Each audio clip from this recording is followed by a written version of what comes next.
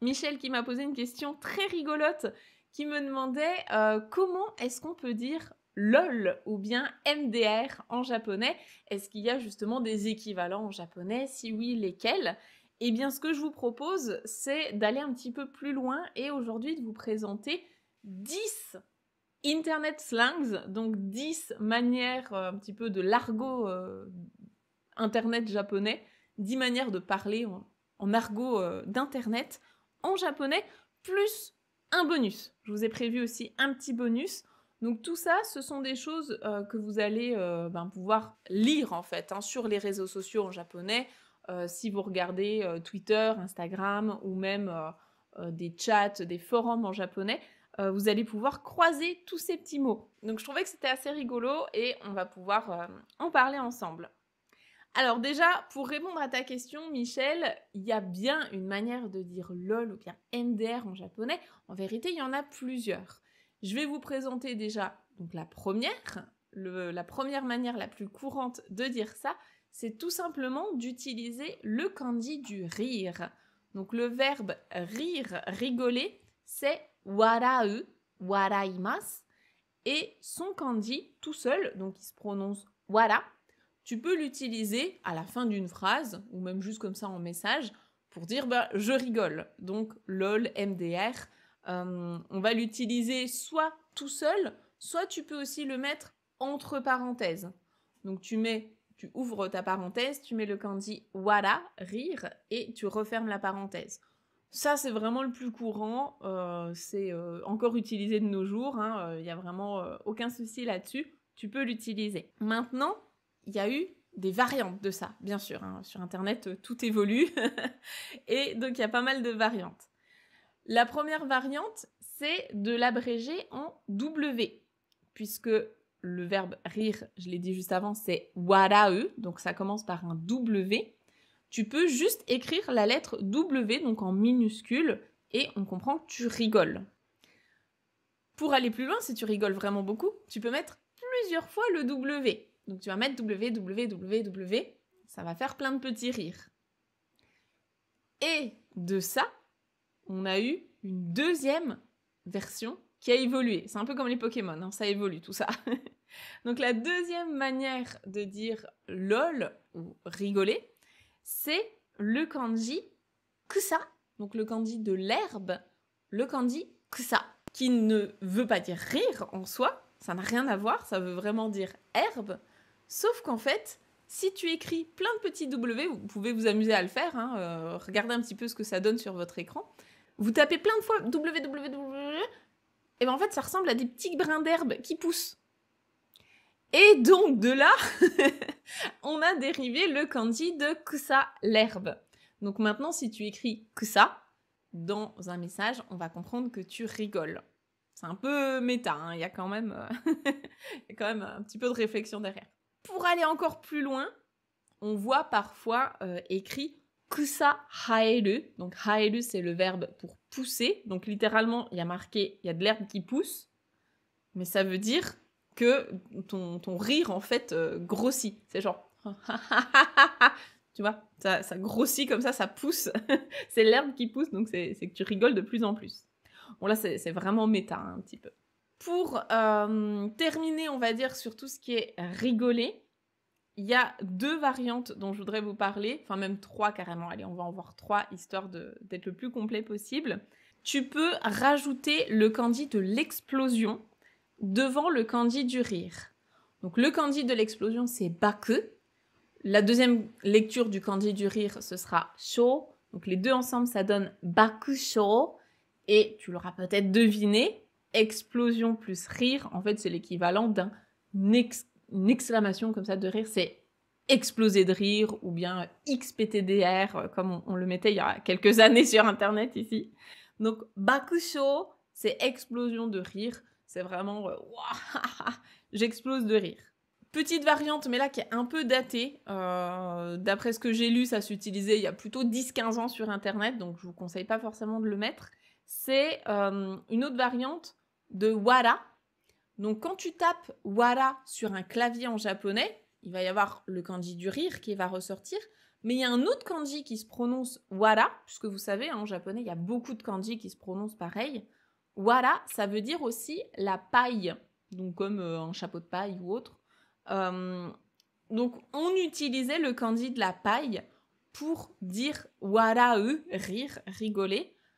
C'est un peu une variante déguisée, on va dire. C'est un kanji différent, mais qui se prononce pareil.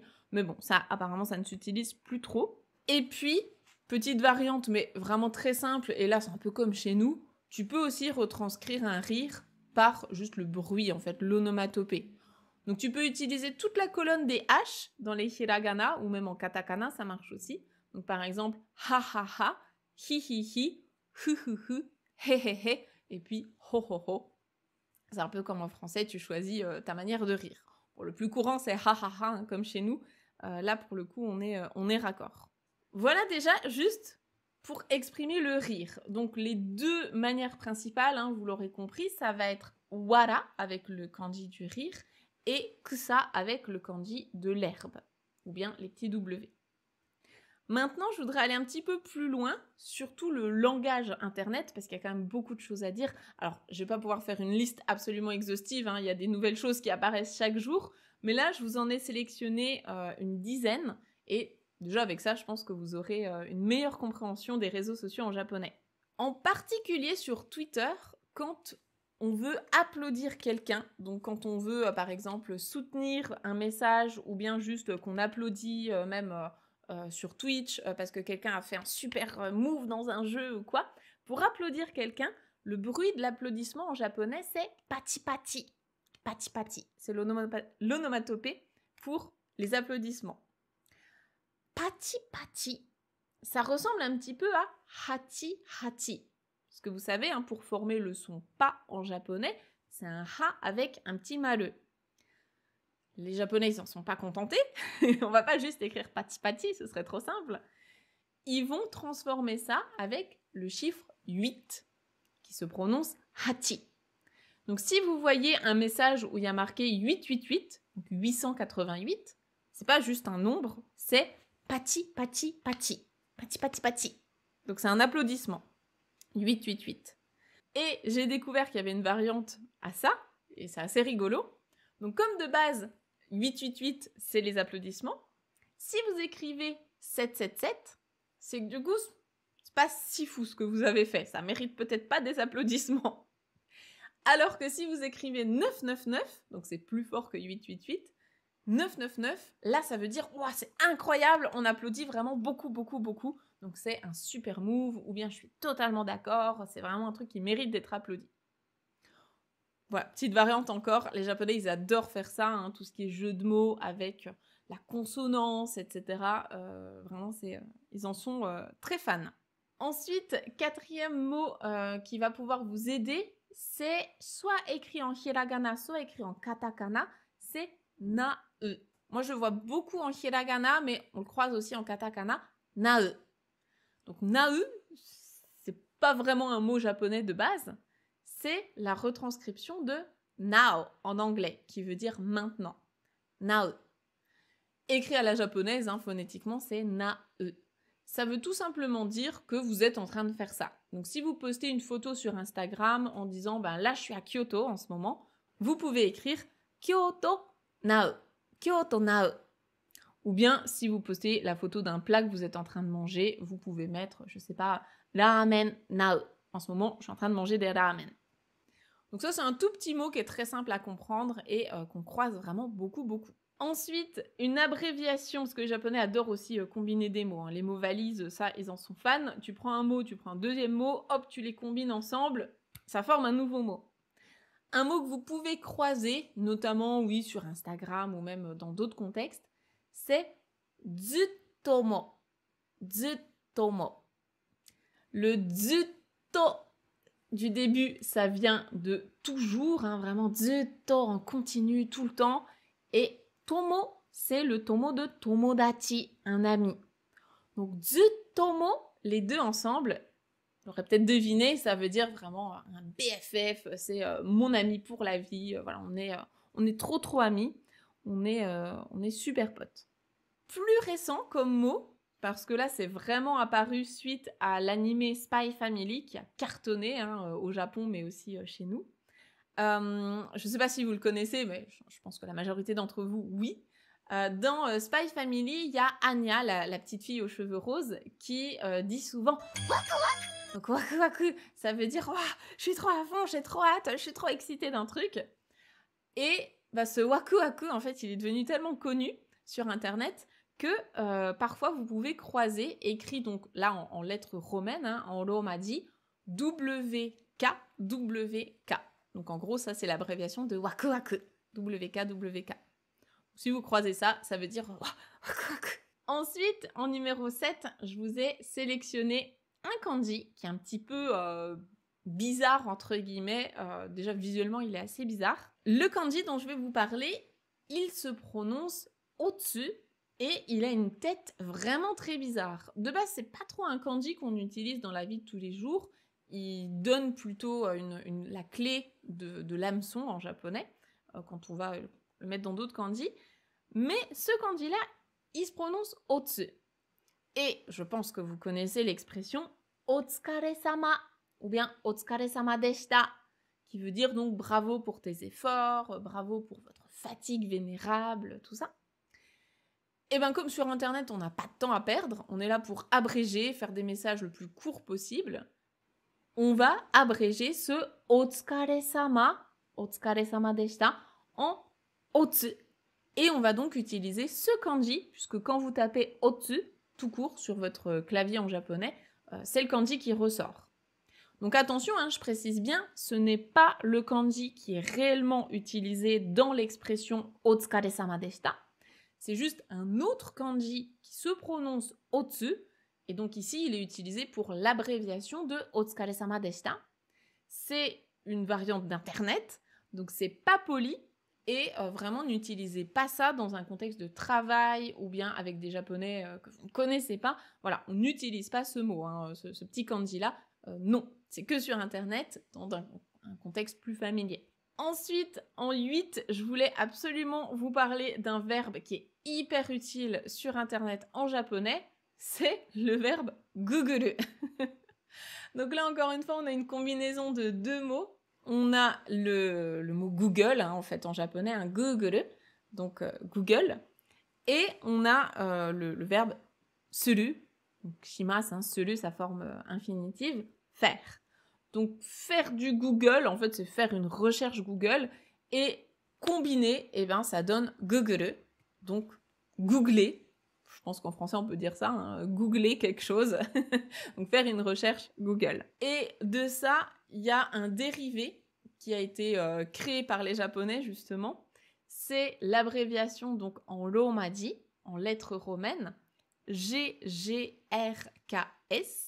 Donc si vous voyez ça sur un forum en japonais ou quoi, GGRKS, ça veut dire gugurekasu.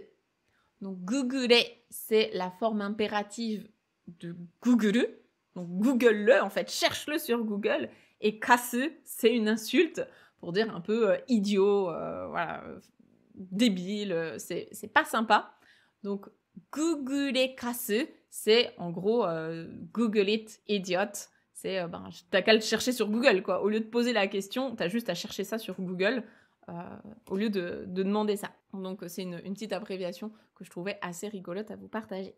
En 9, je vous propose un autre verbe. Pareil, hein, il y a plein de verbes qui sont créés dans la vie courante japonaise. Un autre verbe qui vient d'Internet, ici, c'est bazuru.